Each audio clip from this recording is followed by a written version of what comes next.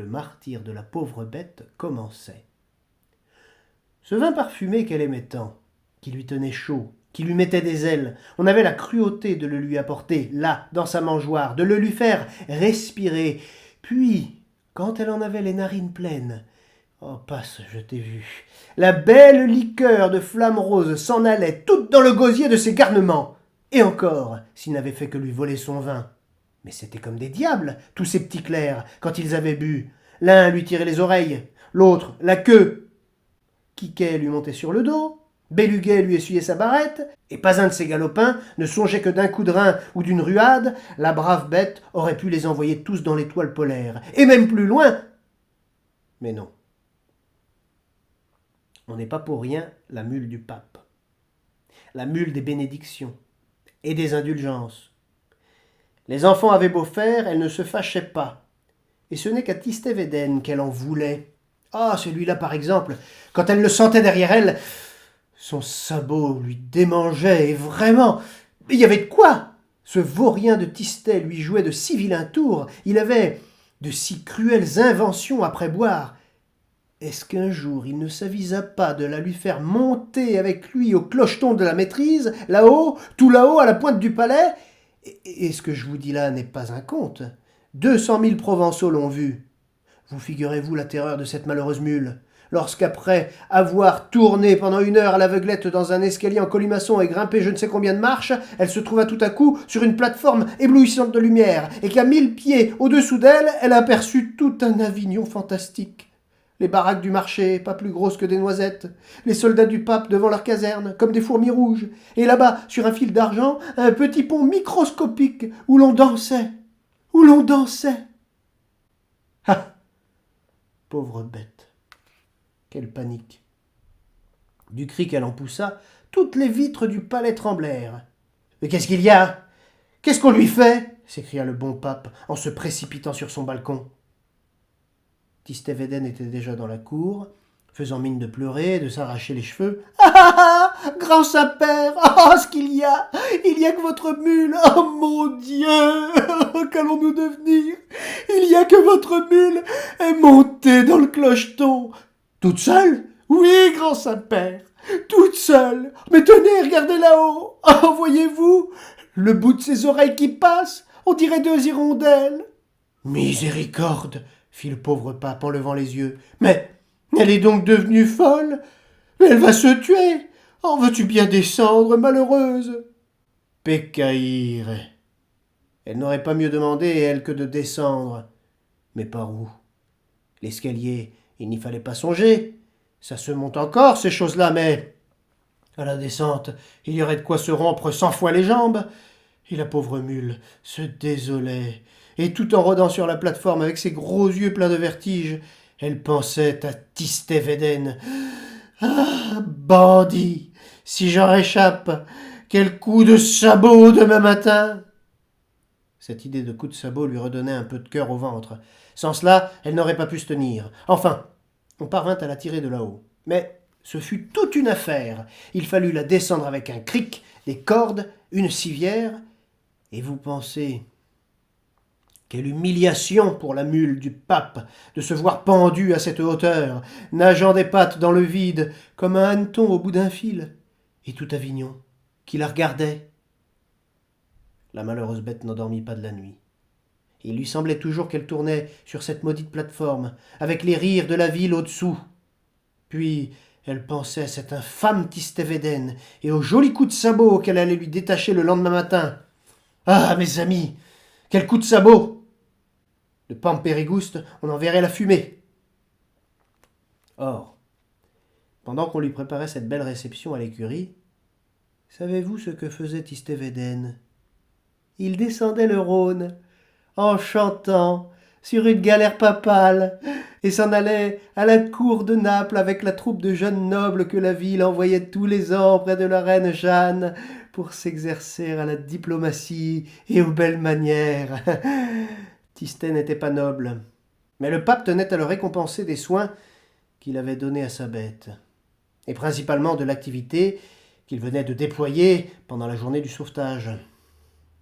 C'est la mule qui fut désappointée le lendemain. « Ah, le bandit! Il s'est douté de quelque chose, pensait-elle en secouant ses grelots avec fureur. Mais c'est égal, va. Mauvais. Tu le retrouveras au retour, ton coup de sabot. Je te le garde. Et elle le lui garda. Après le départ de Tistet, la mule du pape retrouva son train de vie tranquille et ses allures d'autrefois. Plus de quiquet, plus de béluguet à l'écurie. Les beaux jours du vin à la française étaient revenus, et avec eux, la bonne humeur, les longues siestes, et le petit pas de Gavotte quand elle passait sur le pont d'Avignon. Pourtant, depuis son aventure, on lui marquait toujours un peu de froideur dans la ville. Il y avait des chuchotements sur sa route. Les vieilles gens hochaient la tête. Les enfants riaient en se montrant le clocheton. Le bon pape lui-même n'avait plus autant de confiance en son ami, et lorsqu'il se laissait aller à faire un petit somme sur son dos, le dimanche, en revenant de la vigne, il gardait toujours cette arrière-pensée: si j'allais me réveiller là-haut, sur la plateforme. La mule voyait cela, et elle en souffrait, sans rien dire. Seulement, quand on prononçait le nom de Tistet Védène devant elle, ses longues oreilles frémissaient, et elle aiguisait avec un petit rire le fer de ses sabots sur le pavé. 7 ans se passèrent ainsi. Et puis au bout de ces 7 années, Tistet Védène revint de la cour de Naples.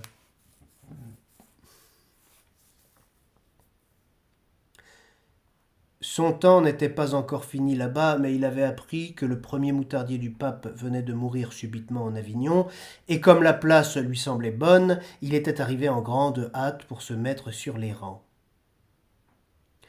Quand cet intrigant de Védène entra dans la salle du palais, le Saint-Père eut peine à le reconnaître, tant il avait grandi et pris du corps. Il faut dire aussi que le bon pape s'était fait vieux de son côté, et qu'il n'y voyait pas bien sans bésicle. Tistet ne s'intimida pas. « Comment, grand Saint-Père, vous ne me reconnaissez plus? C'est moi, Tistet Védène. »« Védène? Mais oui, vous savez bien, celui qui portait le vin français à votre mule. »« Ah oui, oui, je me rappelle. Un bon petit garçonnet, ce Tistet Védène. Et maintenant, qu'est-ce qu'il veut de nous? » « Oh, peu de choses, grand Saint-Père. Je venais vous demander, à propos, est-ce que vous l'avez toujours, votre mule? Et elle va bien? Ah, tant mieux. Je venais vous demander la place du premier moutardier qui vient de mourir. »« Premier moutardier? Toi? Ben, tu es trop jeune. Quel âge as-tu donc?